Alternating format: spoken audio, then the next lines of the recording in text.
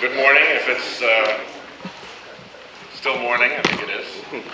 And thank you all for being here. I'm delighted to be here with my colleague, Senator Jeff Merkley of Oregon, who has been involved in the DISCLOSE Task Force since the first day and was the last of the speakers before I closed out at the end of our midnight vigil and worked all the way through. I don't think there is a senator in the United States Senate who has more passion and energy for this issue than he does. I'm delighted also to be joined by Kate Coyne-McCoy of the Coalition for Accountability in Political Spending. Kate has many wonderful attributes, but her best is that she's a Rhode Islander. And we are also joined by David Boris, who is a small businessman from Illinois.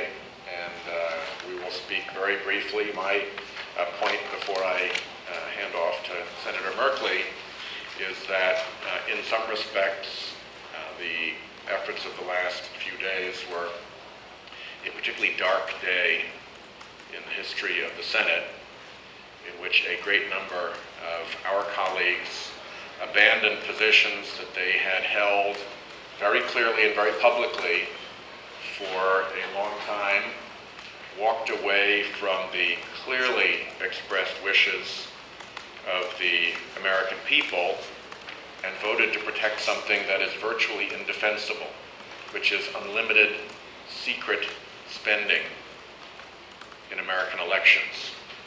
As former Republican Senators Hagel and Rudman said in their wonderful piece in the New York Times yesterday, under these rules, we don't even know if it's Americans who are involved in the secret spending. There could be foreign interests behind all of this. And in any event, it's what they called an, I think, insufferable situation. So to an extent it was a dark day. I think there were two slivers of light. One was the remarks of Senator Murkowski at the very end, in which she essentially agreed with us, but just said this was not the vote, but let's get to work on it. So that opens an important door. The second, I think, was Senator McCain, who clearly believes that there is something in this bill that favors unions against corporations and NGOs and billionaires. I don't see it. I don't think it's there. I think he's factually mistaken, but he's a person who has fought these battles for many, many years. He's entitled to credit and respect for that.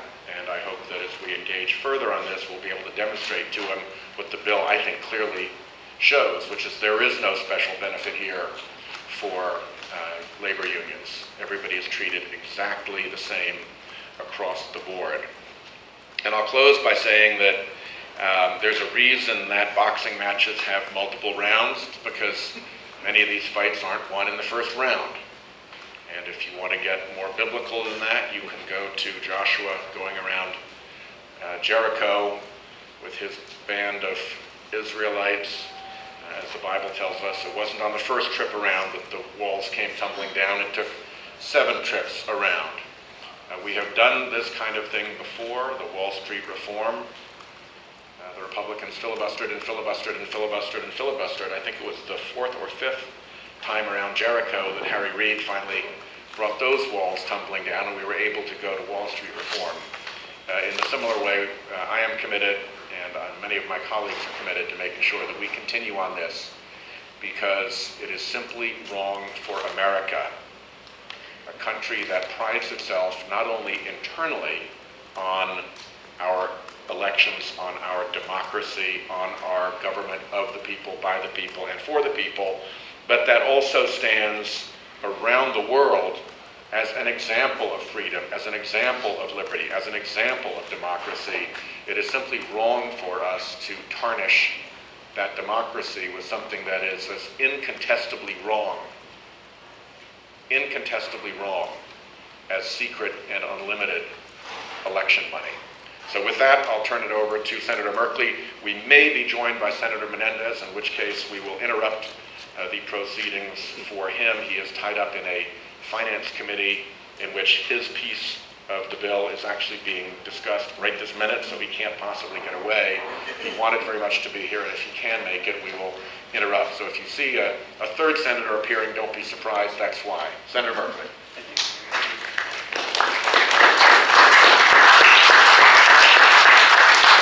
I'm absolutely delighted to join with my colleague Sheldon Whitehouse, who as leader of the task force has brought us back to this debate time and time again and helped brainstorm and lead the brainstorming over the next steps forward. We had 2 votes 2 years ago in which we were at 59 votes twice. We needed 1 more vote to be able to close debate and have a final debate on the bill. We didn't get there. Unfortunately, we did not get cloture this time around. So we need to ask ourselves about the next steps forward. And I think there are several. But before I comment on them, let me just lay out the picture. For hundreds of years in Europe, the wealthy, powerful ruled the people, and they did so without input from the citizens. And when folks came to America, they said no more. We're going to have a democracy. We're going to have government centered around we, the people. And that's why the writers of our Constitution put those 3 words first, we, the people. And they put it in supersized font, if you will, so that it couldn't be forgotten, and the principle couldn't be missed. Unfortunately, we have 5 Supreme Court justices who missed that principle in their ruling on Citizens United. And that is a big problem. We need to keep having the debate about the premise that our society is based on. But when you allow oceans of undisclosed, secret, possibly foreign money to buy up the airwaves, you take away the debate that's at the heart of our democracy. And you create a situation where these forces, with billions of dollars behind them, can say, if you don't vote with us, we'll be there in the next election to take you out. And that sort of coercion is as corrosive and corrupting to democracy as anything we could think of. So when the Supreme Court made a finding that unlimited funds are not corrosive, are not corrupting, they simply made a finding that's at odds with the facts. And we need to keep bringing this to bear. We recently had the Supreme Court revisit this issue on the Montana case. 100 years ago, the people of Montana said, our state is ruled by the Copper Kings, and we're going to take it back in the spirit of we the people. And they did. And as a 100-year present from the Supreme Court put its hands over its eyes, put its hands over its ears, and said, we do not want to hear the facts about how big money corrupted the political process in the state of Montana. And that is absolutely outrageous. So where do we go from here? Well, the first is we need to have a massive citizens movement that says we believe in we the people, and we are going to take this into the elections, and we're going to make it an issue for the presidential election, for the Senate elections, for the congressional elections, for the local elections, that this matters. The second thing is we need to have corporate accountability. Many of you in this room either own stocks directly or own stocks through a retirement mutual fund. Your money is being taken out of your pocket and spent when in a corporate boardroom, a few people make a decision that they're going to invest money in a political campaign, and they aren't going to tell you about it. They aren't going to tell you what they're spending the money on. And that is unacceptable. That is your free speech being taken away with no disclosure to you whose money is being spent. That is simply not right, and I think that's going to be addressed further. But the other issue we have to deal with are the 501c4s. Now, the law was written very clearly by Congress. Congress said, civic leagues or organizations not organized for profit but operated exclusively for the promotion of social welfare, or local associations of employees. The membership was limited to the employees of a designated person or persons in a particular municipality, and the net earnings of which are devoted exclusively to charitable, educational, or recreational purposes. The word exclusively appears twice, and everyone knows that means 100%, exclusively. In what is an incredible twist, a George Orwell twist, a Orwellian 1984 twist, out come the IRS regulations, and they take the 100% and they change it to 51% or 50.1%. And they note in their regulations, an organization is operated exclusively for the promotion of social welfare if it is primarily engaged in promoting the common good and general welfare. In one sentence, exclusively becomes primarily. In one sentence, 100% becomes 50.1%.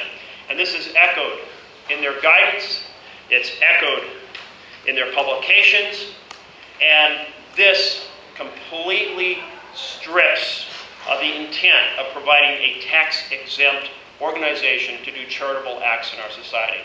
So we have to call upon the IRS and say, this loophole is unacceptable, you must close it. Those are 3 tracks forward. In addition, I think we'll be revisiting down the road the issue of legislation on the floor of the Senate and the floor of the House. Kate Coyne-McCoy of the Coalition for Accountability in Political Spending. Thank you, Senator. The Coalition for Accountability in Political Spending, or CAPS, is comprised of elected leaders from every region of the United States, including, and probably most importantly, pension fund fiduciaries, pension fund trustees, managing nearly $1 trillion of American pension fund trusts. It includes the California Treasurer, Bill Lockyer, the Governor of Illinois, Pat Quinn, and the founder of CAPS, the New York City Public Advocate, Bill de Blasio, among many others. I'm representing them today for 2 purposes. The first, to thank, from the bottom of our heart, the U.S. senators who have so diligently taken up the cause of disclosure in political spending. And I would like to specifically thank my own U.S. Senator, Sheldon Whitehouse, and Jeff She Murphy. has to, it's a Rhode Island thing. And second, I want to make clear that the effort to shine a light on corporate political spending is far from over. CAPS is part of a coalition effort to push the Securities and Exchange Commission to do their job, to do something that is well within the purview of the actions of the SEC, to require that publicly held corporations that spend money in politics tell us what they're spending and on whom. To date, we have helped generate 292,406 public comments to a rule petition that was filed in August. That is a record-breaking number of public comments from every corner of the country, and an overwhelming majority come from investors. The onslaught of secret spending is harmful to pension funds, to our businesses, to our government, and perhaps most importantly, to our democracy. Spending must be disclosed, and we won't stop until it is. Thank you.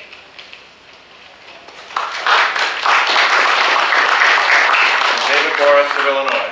Thank you. Good morning. 27 years ago, my wife and I pooled our life savings to take our shot at the American dream. We started our catering business with 2 employees and 900 square feet and a handful of our mother's recipes.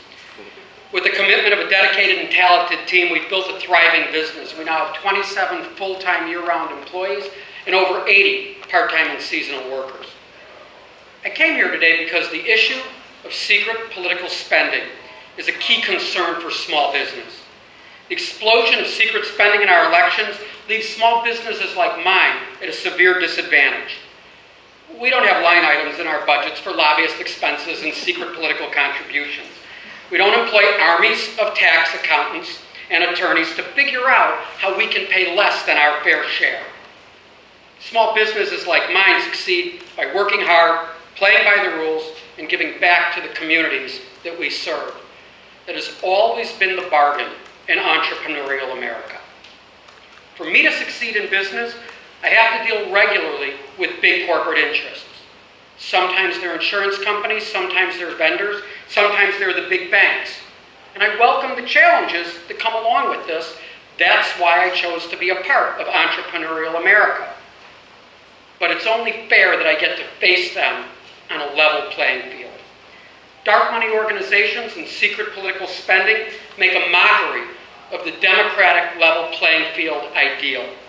They drown out the voice of Main Street businesses as they corrupt and warp public policy to the benefit of their own narrow special interest, all at our expense.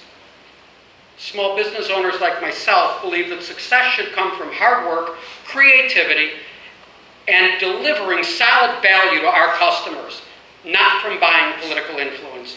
Success for us hinges on a deep commitment to serving customers, not deep pockets for secret political contributions. The whole defense of secrecy simply makes no sense to me. When I want to advocate for public policy, I put a sign in my storefront window. I wear a pin on my chest. I ask my friends and customers to sign a petition. Secrecy is pure and simple, not a small business value. Transparency is. All across America, entrepreneurs like myself have built our thriving businesses by making and keeping promises, not secrets. As a small business owner, I stand by my words and actions. As I said, when I want my opinion represented, I put my signature on the bottom line for everyone to see. Isn't it only right and fair that big corporations and wealthy donors should have to do the same? Now, some defenders of secret political spending, both politicians and outside organizations like the U.S. Chamber of Commerce and the NFIB, they claim they're taking a stand to protect small business. I'm in the food business. I see fresh poultry, fresh produce, fresh meats come into my kitchen every day. Let me tell you, that claim does not pass inspection. Main Street businesses don't benefit from secret money in politics. In fact, we're some of the biggest losers. The current regime of secrecy allows big special interests to channel their political dollars through dark money organizations to advance their agendas in our name. That isn't right. That isn't fair. What that is theft, pure and simple. Small business identity theft. Stealing the good name of small business, a good name that millions of entrepreneurs all across this country for years, decades, have worked hard to develop in order to advance some special interest agenda. Not only is that not right or fair, that just simply isn't the American way. Robust disclosure of political spending is critical to ensure honest competition and a strong economy that rewards innovation and transparency, not pay-to-play politics.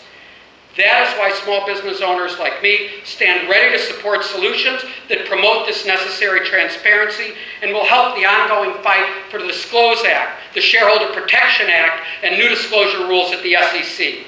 It's time to put an end to the small business identity theft that is only aided and abetted by secrecy in political spending. It's well past time to establish a level, transparent, open playing field so Main Street businesses like mine can compete, grow, and create jobs in local economies all over America. Thank you. Thank you, David.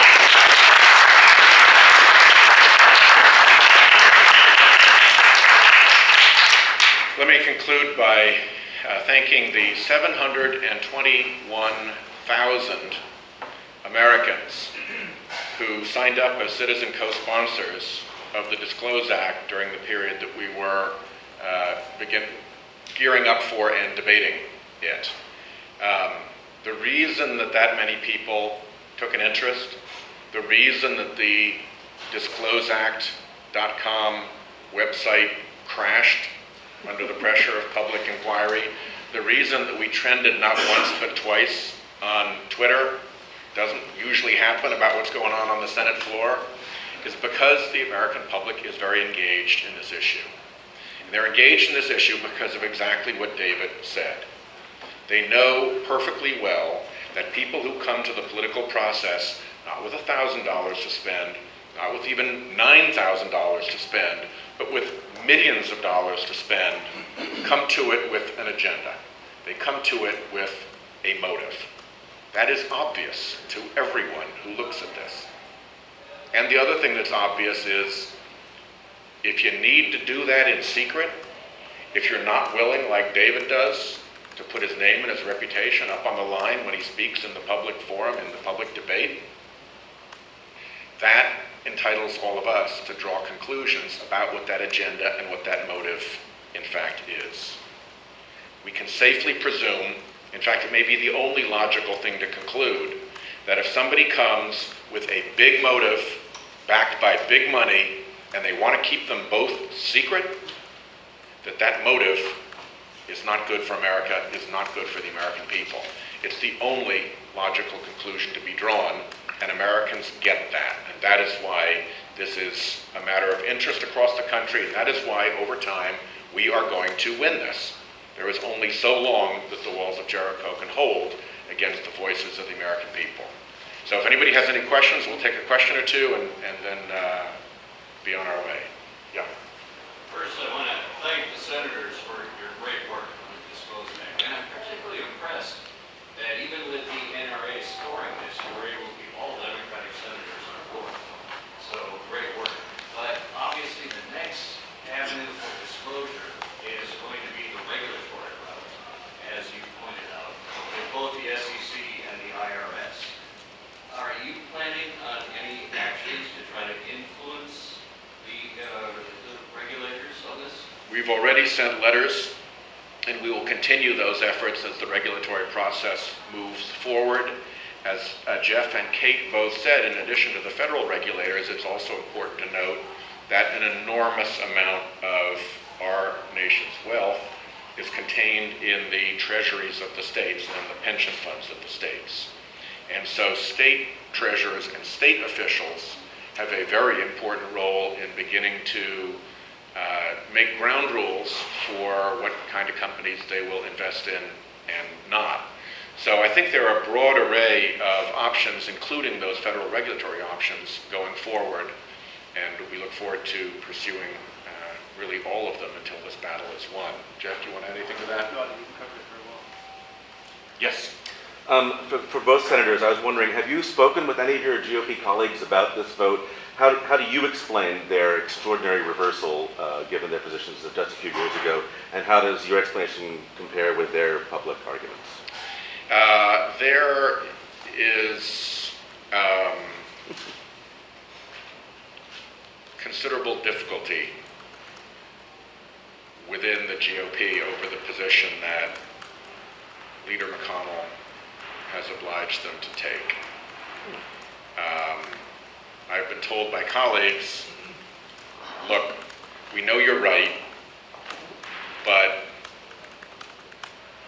give us a chance to try to work this out within our caucus. And I know that Republican senators, at least I've been told that Republican senators have spoken to Leader McConnell and saying, you're leading us off a cliff here. This is a crazy place for us to be, defending secret unlimited spending, and we're one scandal away from owning this mess. And so I think that there's a lot of opportunity to pursue the support of our Republican colleagues. I think the clearest statement of that yesterday was Senator Murkowski, who, if you put her remarks in a nutshell, basically said, you're right, I'll work with you, but this isn't your day. So you're saying if they could vote their conscience, they actually would vote with you? I believe that if there were not leadership pressure and if people were voting for the best interest of the country, yes, we definitely would have had a very strong vote. Jeff? I'll simply echo that. Several colleagues have reasserted their belief in disclosure and have noted that they were under enormous pressure from their leadership to toe the line so that there were no chinks in the armor, if you will, and that they're looking for a path to be helpful, because just as they had said publicly in the past, and many have said this often, that they believe in disclosure, this was a pure disclosure bill. This bill was stripped of disclaimers, it was stripped of the foreign ownership provisions, it was boiled down to $10,000. If you are a big donor, you get your name posted. It affects every organization exactly the same. It was stripped of every possible objection that we've heard over the preceding years, and there was, I describe it as enormous discomfort by a number of my colleagues across the aisle. And if you want to see that in a visual form, look at the congressional record that not one, I wasn't there for every second, but I believe not a single member stayed to engage in the debate through the course. When did we wrap up? Almost 1 a.m.? Was there a single Republican? Not a single member across the aisle defended their position. That's a pure indication of how they were fleeing from the vote that they were pressured to take. And what do you think is the motivation of the Republican leadership? Do you think it's what they said, they've been saying about how they're afraid of being intimidated? There's a line that I don't know who to attribute to, but it's a fairly common one, and that is when people say it's not about the money, it's about the money. If you take a look at where the money is going, the secret money, it's going by a factor of many multiples to Republicans. And the immediate financial advantage of that in this election, I think, is the motivating force here that has caused at least 10 Republican senators to walk away from clearly articulated previous positions in favor of transparency and disclosure, and in some cases to walk away from state laws of their home states that require transparency and disclosure. Yes, sir. Yeah, I just wanted to follow up on the comments about the IRS and the C4 groups and where the line ought to be drawn between actual social welfare as opposed to political.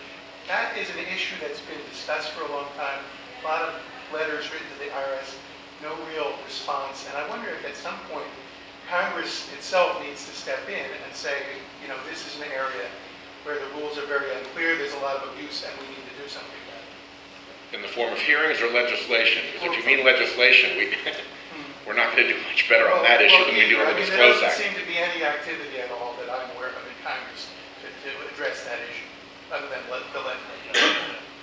Well, it's kind of a peculiar arrangement because Congress said exclusively, and so you don't pass a law and say, well, we're eliminating the word exclusively and we're putting in the word exclusively. I mean, it can't get any clearer, cannot get any clearer. And so I certainly would call upon the administration.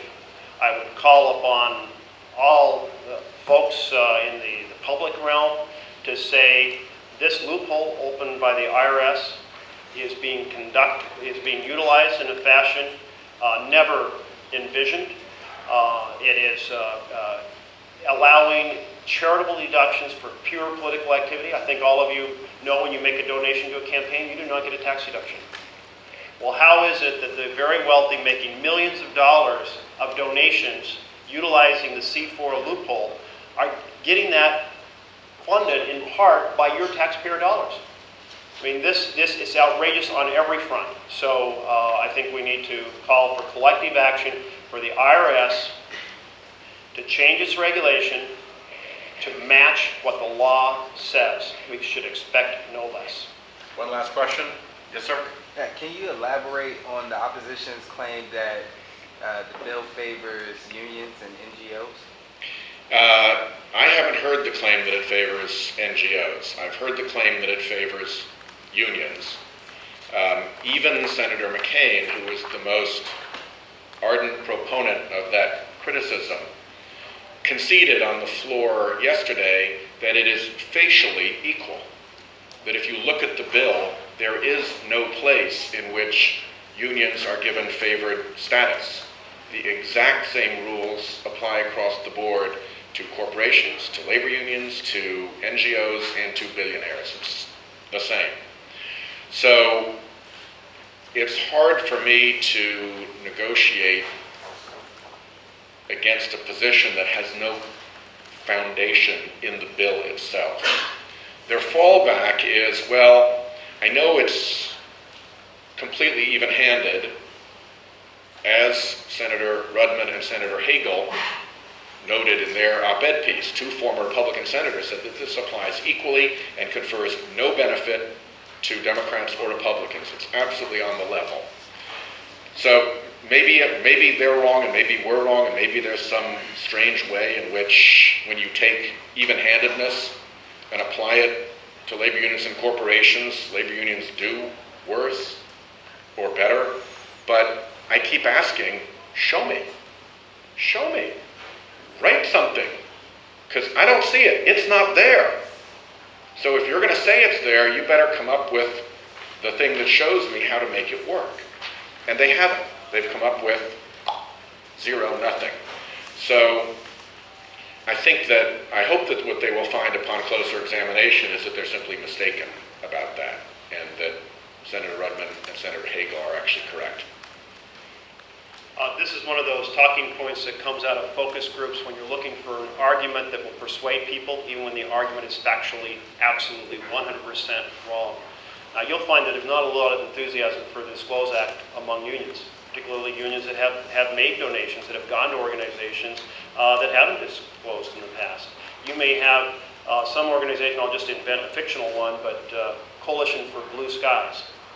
And they may be running attack ads. And if they got $10,000 from a union, that union would be disclosed. And if they got $10,000 from a wealthy individual, that would be disclosed. And so it's absolutely equal.